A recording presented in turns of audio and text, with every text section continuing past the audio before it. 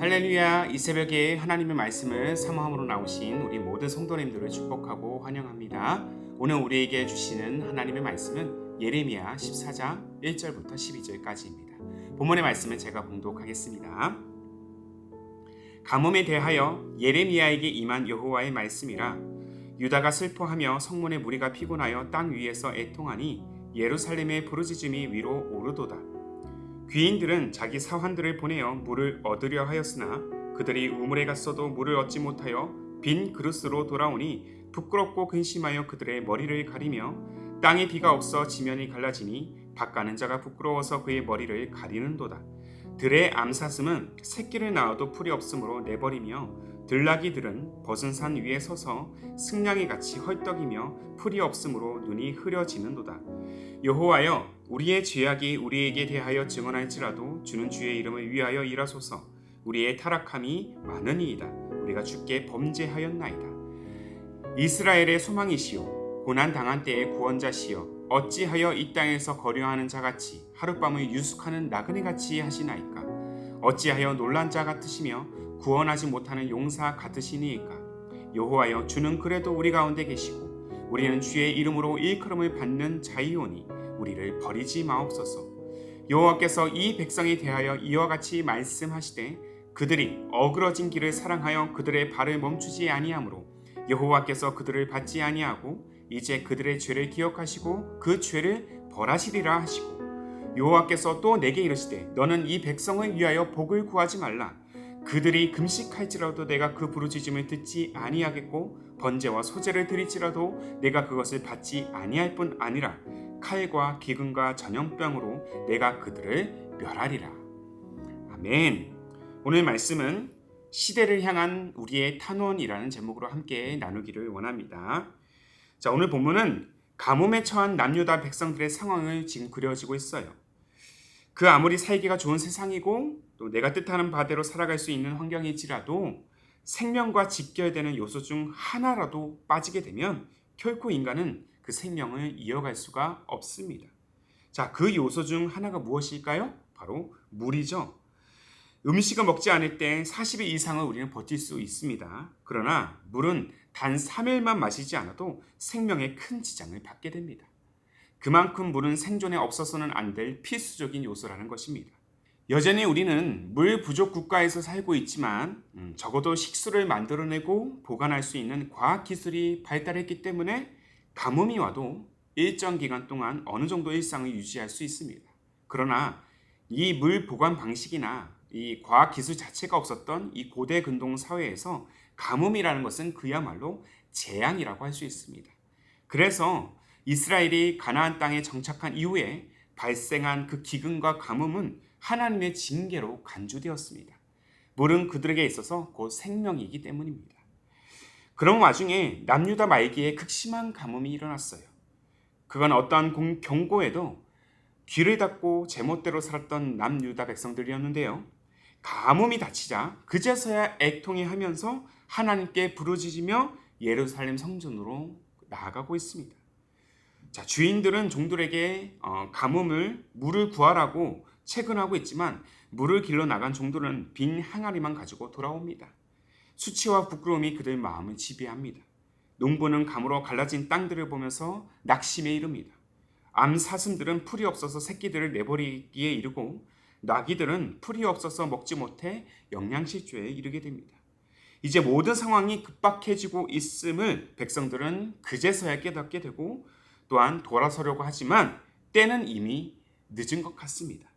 자, 예레미야는 하나님께 탄원하고 있습니다. 백성들의 죄악을 고백하고 또한 하나님의 긍휼을 구하고 있어요. 자신들을 버리지 말아달라고 간절히 지금 요청하고 있습니다. 그런데 문제는 하나님께서 이 예레미야의 탄원을 듣지 않으신다라는 것이죠. 땅의 주인이시지만 마치 나그네처럼 그저 이 가나안 땅을 지나가는 손님처럼 그렇게 행세하고 계십니다. 자, 본문 8절의 말씀이에요. 이스라엘의 소망이시오, 고난 당한 때의 구원자시오, 어찌하여 이 땅에서 거류하는 자같이 하룻밤을 유숙하는 나그네같이 하시나이까? 자, 이러한 예레미야의 탄원에 하나님은 이렇게 반응하고 계십니다. 본문 11절 12절의 말씀이에요. 여호와께서 또 내게 이르시되 너는 이 백성을 위하여 복을 구하지 말라. 그들이 금식할지라도 내가 그 부르짖음을 듣지 아니하겠고 번제와 소지를 드릴지라도 내가 그것을 받지 아니할 뿐 아니라 칼과 기근과 전염병으로 내가 그들을 멸하리라. 자, 예레미야에게 하나님께서 지금 어떻게 말씀하고 계십니까? 너는 백성들을 위해서 백성들에게 은혜를 베풀어 달라고 더 이상 기도하지 말라는 것입니다. 아무리 기도한들 나는 백성들의 기도를 듣지 않을 것이고 그들이 준비한 제사 또한 받지 않을 것이다라고 말씀하고 계신 것이죠.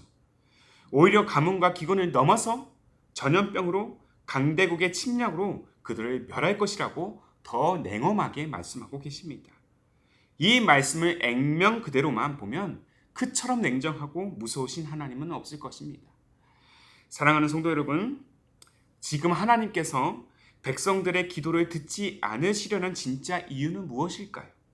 진짜 백성들을 심판하기를 원하시기 때문에 그렇게 냉엄하게 말씀하신 것일까요? 그렇지 않습니다. 심판 자체가 하나님께는요, 큰 고통입니다. 자녀가 어떤 일로 고통을 당하는 모습을 마냥 방관하지 않는 부모의 마음이 있지 않습니까? 하물며 하나님의 마음은 어떠하겠습니까? 고통을 당하고 죽어가는 백성들을 하나님은 그 영혼들을 바라보면서 고통스럽게 지금 목도하고 계신다는 사실을 우리는 내일 바라볼 예레미야 14장 17절을 통해서도 분명히 알 수 있다는 것입니다. 자, 17절의 말씀이에요. 너는 이 말로 그들에게 이르라. 내 눈이 밤낮으로 그치지 아니하고 눈물을 흘리리니 이는 처녀딸 내 백성이 큰 파멸, 중한 상처로 말미암아 망함이라. 우리는 죄악으로 인해서 고통을 당하고 죽음의 길로 나아가고 있는 영혼들을 향한 이 하나님의 마음을 헤아릴 수 있는 사람이 되어야 합니다. 자, 이 시대를 바라보십시오. 남유다 말미의 상황과 별반 다를 게 없어요. 죄로 인해서 하나님과 단절된 채 수많은 영혼들이 지금도 방황하고 있고 공허한 눈빛으로 세상을 탐닉하고 있으면서 불의한 일들로 인해서 고통과 죽음에 지금 직면하고 있습니다. 여전히 세상의 사람들은 하나님을 알지 못한 채 죽어가고 있고 신음하고 있으며 점점 더 극렬한 타락의 소용돌이로 빠져들고 있다는 사실을 우리는 어렵지 않게 발견할 수 있습니다. 자, 분명한 사실은 이러한 고통의 현실과 심판의 모습은 앞으로도 점점 더 심해질 것입니다. 이 현실 속에서도 우리의 할 일은 오직 한 가지예요. 예레미야처럼 죽어가는 영혼들을 구원해 달라는 탄원의 기도입니다. 기도는 그저 우리의 안이 우리의 신앙을 위한 것으로만 제한될 수가 없습니다. 점점 병들어가는 이 시대를 향한 병든 사회 속에서 유리방황하면서 정처 없이 살아가는 영혼들을 향한 여전히 하나님을 알기를 거부하고 제 갈 길로 나아가는 자들을 향한 하나님의 구원의 역사가 멈추지 않도록 마르지 않는 눈물로 바라보는 하나님의 은혜와 사랑, 긍휼의 역사가 계속해서 지금도 흐르도록 우리는 중보해야 될 줄로 믿습니다. 하나님은 고통 중에서도 심판을 단행하십니다.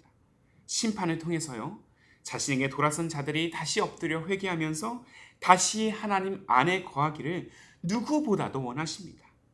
그렇게 우리 모두가 이 하나님의 사랑, 하나님의 마음을 헤아리는 자가 되어서 시대의 아픔을 함께 바라보기를 원합니다. 그리고 기도하기를 원해요. 그러기 위해서는 우리의 신앙을 넘어서 우리의 삶을 넘어서 이 세상을 우리는 바라봐야 합니다. 지금 이 시대 우리의 기도가 간절히 필요한 곳은 어디인지를 살펴봐야 된다는 것입니다. 잃어버린 영혼, 병으로 고통받는 자들, 몸과 마음 가운데 슬픔이 가득한 자들, 그리고 혼돈 속에 있는 나라와 민족, 그리고 또한 거룩함을 상실해가는 이 땅의 교회까지 지금 이 시간 우리가 중보해야 할 영역들을 살피면서 시대의 아픔을 품고 또한 그렇게 기도하는 우리의 중보를 통해서 문 영혼들이 다시 복음 앞에 서서 구원과 회복의 여정을 향해 함께 나아가기를 그렇게 간절히 소망하는 우리의 삶 또한 우리의 신앙 또한 우리 교회가 되기를 주님의 이름으로 축복합니다. 시대의 아픔을 품고 끊임없이 간절히 기도하는 오늘의 삶이 되시기를 소망합니다. 함께 기도하겠습니다. 죄악과 혼돈이 가득한 시대를 눈물로 바라보시는 하나님, 오늘 말씀을 바라보면서 우리가 고통과 슬픔으로 시대의 아픔을 목도하시는 그 하나님의 마음을 헤아리는 신앙이 되기를 원합니다. 심판을 거두지 않으면 돌이키지 않는 백성들의 단상은 오늘날을 살아가는 수많은 영혼들의 모습과도 같습니다. 이 사실을 회피하지 않고 시대가 가진 아픔과 고통을 우리 신앙 가운데, 우리 마음 가운데 품으면서 기도하는 삶이 되도록 성령이여 우리의 마음을 주저앉게 하여 주옵소서. 잃어버린 영혼, 몸과 마음의 고통으로 그렇게 방황하는 영혼, 또한 슬퍼하는 영혼, 갈등과 다툼이 깊어지는 나라와 민족들의 현실들, 전쟁과 재앙으로 인해 고통받고 있는 열방들을 우리가 바라보면서 하나님의 긍휼이, 하나님의 은혜가, 또한 하나님의 용서하심이 온전히 임하기를 간구하는 우리의 기도, 또한 우리의 중보가 되게 하옵소서.